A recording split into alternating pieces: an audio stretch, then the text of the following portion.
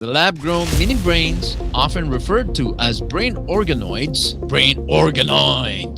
The lab-grown mini-brains, often referred to as brain organoids, are simply far too small and would have to be scaled up from around 50,000 cells each to at least 10 million.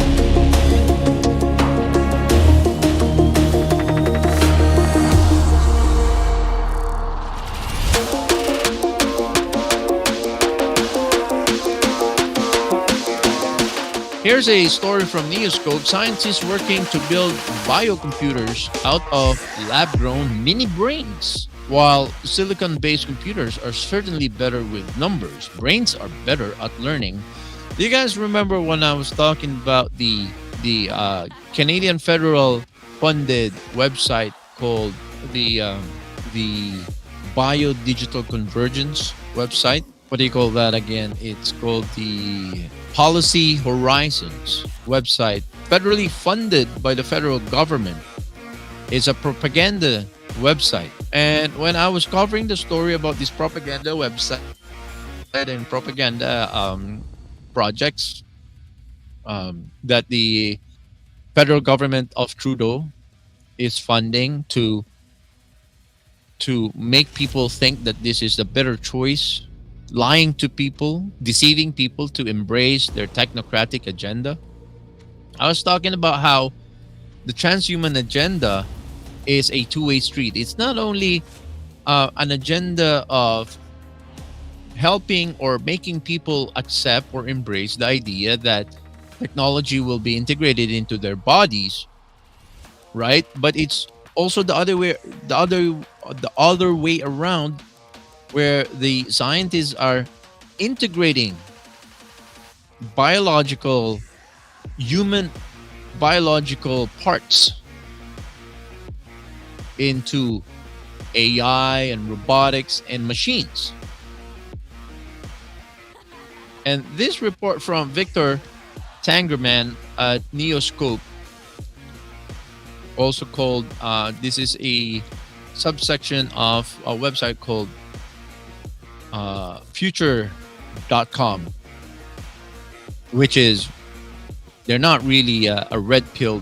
They follow all of this innovation, but they actually sing the praises. So this website is not pro human. This website that we're getting all this information is not leaning towards, but they have the information on all these experiments and research that I'm quoting from them, just to show you how this is actually happening, and it's not a lie coming from the what they call the extreme right or the MAGA right. These are actually coming from the left. They're just hiding their agenda on out in the open. So I'm gonna cover this story, and then tomorrow we are going to touch on something that complements this story. Scientists working to build biocomputers out of lab-grown mini brains. While silicon-based computers are certainly better than numbers, brains are better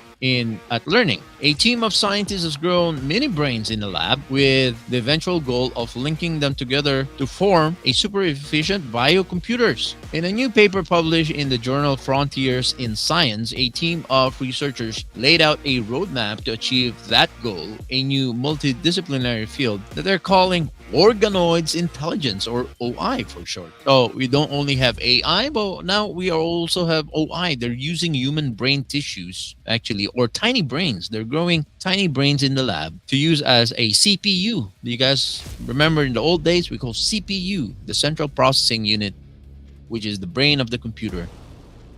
Organoid intelligence is what they're going to use for the neural network type computers of the future.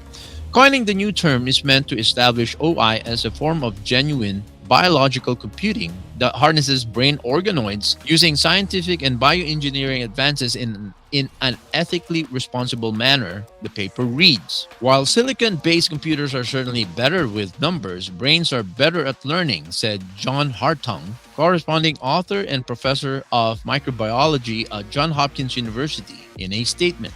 Hartung used a simple analogy to contrast the approaches. For example, AlphaGo, the AI that beat the world's number one Go player in 2017, was trained on data from 160,000 games. He added, a person would have to play 5 hours a day for more than 175 years to experience these many games. Thanks to its incredible ability to store information and learn far more energy efficiently than conventional computers, there's an enormous power difference compared to our current technology between the human brain and the conventional computer. Hartung argued, scientists have already successfully taught mini brains how to complete simple tasks. For instance, in 2021, scientists managed to teach a number of organoids to play the video game Pong. More recently, a team of researchers at the University of Pennsylvania successfully inserted human neurons into the brains of rats with damaged visual cortices to partially restore